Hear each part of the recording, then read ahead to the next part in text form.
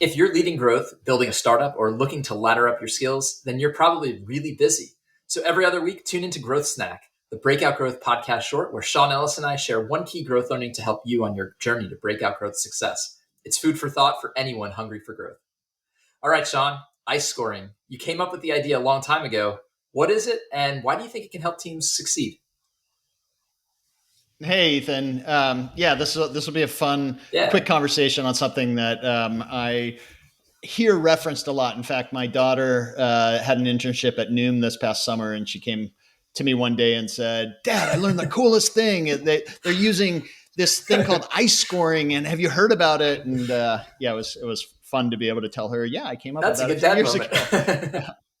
Yeah, it was definitely. So the whole purpose of ice scoring is that it is an easy way to compare growth ideas, experiment ideas across the key dimensions of an idea. So the dimensions that I think of that are important are impact, confidence, and ease. So best way to think of it is the best idea that you would possibly run would be one that is super high impact. So it's going to really help to accelerate your growth, and it takes almost no effort to implement the idea, and you're really confident it's going to work.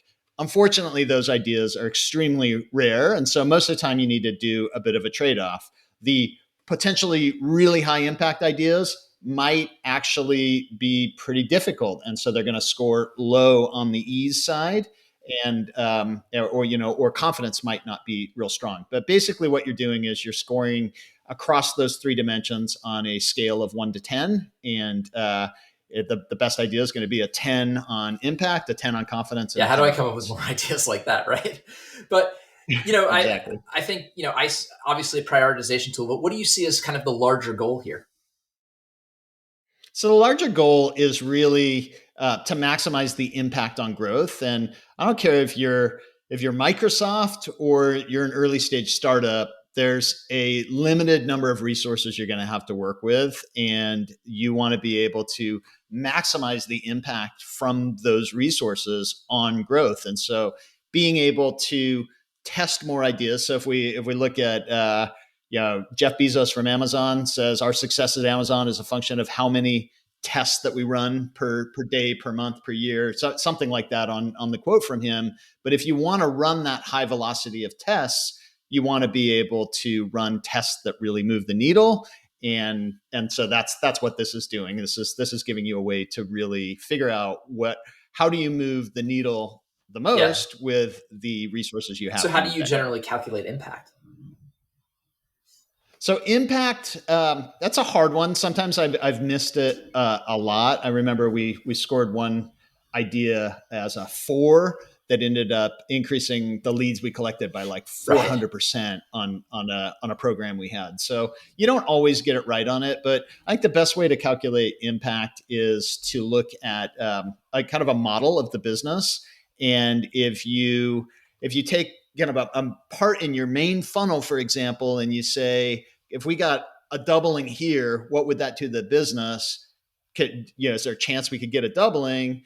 Then that might be a really high impact idea. Viral loops would be really potentially high. If we can tip this into a viral factor above 1, then this could be super high. The alternative might be, okay, it's a landing page where we only send 1% of our traffic. We make a 10% improvement on this step in the funnel there.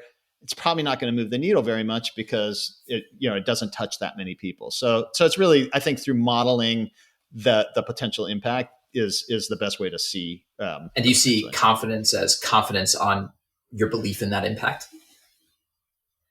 Yeah. So not just, I look at confidence as more of a binary. Will it achieve the goal of the test or not? And so the impact is kind of separate to that. But confidence as being, how do you kind of calculate confidence? A lot of times it's a guess, but one of the places that I think people kind of forget to look at on confidence is just qualitative research.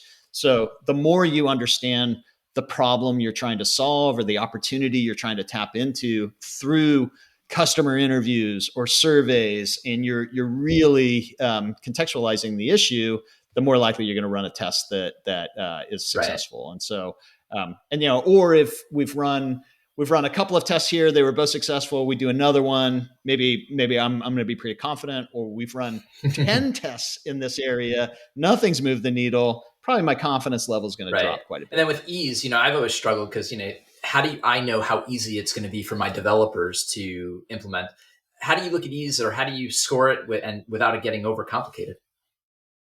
Right. So ease is one that takes often quite a bit of creativity, which you wouldn't necessarily think on that. But what you're really trying to do is come up with a creative, low resource way of figuring out what you're trying to figure out. And so sometimes we refer to that as like a minimum viable test, but you're really trying to figure out, okay, what is the smallest way we can test this to see if our hypothesis is correct or incorrect. And so, the first pass might be, okay, this would be really hard to test. You might get feedback from engineers if it's something that's potentially a heavy engineering test to run. But when you talk through it more, maybe you're like, well, wait, if we just, instead of trying to speed up the performance on something to see the impact of that, maybe we could actually slow it down a little bit and see the impact of speed on conversion rate, for example. So sometimes it just takes a bit more creativity to be able to, I see the smile on your face, as you know, I'm referencing a Go Practice question. So anyone who's gone through Go Practice will recognize that one. Yeah, it's a good one, though. Before you've coached a lot of teams and you've used ICE as part of that coaching. How do teams typically prioritize without ICE, and what sort of happens if you don't get good at something like this? Yeah, a lot of times it's just pretty haphazard. It's just kind of like, okay, we want to run more tests. Let's run this one. Let's run this one. And what happens is either you don't have the resources to get those tests out, so you get frustrated, or you run the tests and they're really low impact because you never really thought through, okay, if it's right, what might it do to the business? And so I think being able to have a good scoring system is just going to help you maximize impact for the resources that you have toward testing. The other thing that I have seen is the kind of HIPPO method, which is the highest paid opinion, but that's really not effective either. So even if the boss calls all the shots, the more that the team is able to give impact on the impact, confidence, and ease, or give insights on impact, confidence, and ease, the more likely the boss ultimately will make better decisions. I've had a lot of success helping teams use ICE when ICE becomes the conversation starter. Where I failed with it or struggled with it and had to kind of regroup is when I got really too religious about it. Like the top score wins, or it's I don't think it's ever that cut and dry. I think it's a really good place to just sort of start the conversation. And for me, icing in a giant batch, like taking all of the ideas and trying to compare them to one another against a score, that's never been as effective for me as if I could get them into batches, like all of the ideas against this lever in the business, all the ideas in this lever of the business. Right. But, how can teams win with ICE and kind of avoid the bigger pitfalls from your point of view? Yeah, so it's probably a longer conversation about ideal ways to do growth meetings, and so I don't want to get too much into that. But I would say is try to get it is a guesstimate when you're coming up with the ICE scores. So don't feel like you can be exact, because you can't. And hopefully you've got some tips here where you get a little more of an idea of how to do that ICE scoring. Once I get into a growth meeting, I don't typically talk about ICE scores anymore. I think ICE scores can be good as the ideas come in, and as you say, okay, this is the area we want to test. What are the best ideas we have against that? And using ICE to shortlist those ideas, and then just looking at the ideas kind of on their own merits once you get into that growth meeting, and picking the 2 or 3 you might want to run. Right. Well, I think any of our listeners, if they want to check out Hack and Growth, your book, that's a good place to learn more about this. But I think that's all the time we have, Sean. Absolutely. Yeah. So we definitely covered in Hack and Growth, but just getting started and trying to do it and adjusting along the way, I think is probably the best way to really get a handle on this. So that's it for this week's Growth Snack. Just remember, it's always one growth insight to help you power your team's breakout growth success. Next week, we're back with a full Breakout Growth podcast episode and an interview with a growth leader from another one of the world's fastest growing companies. If you're hungry for growth, keep tuning in.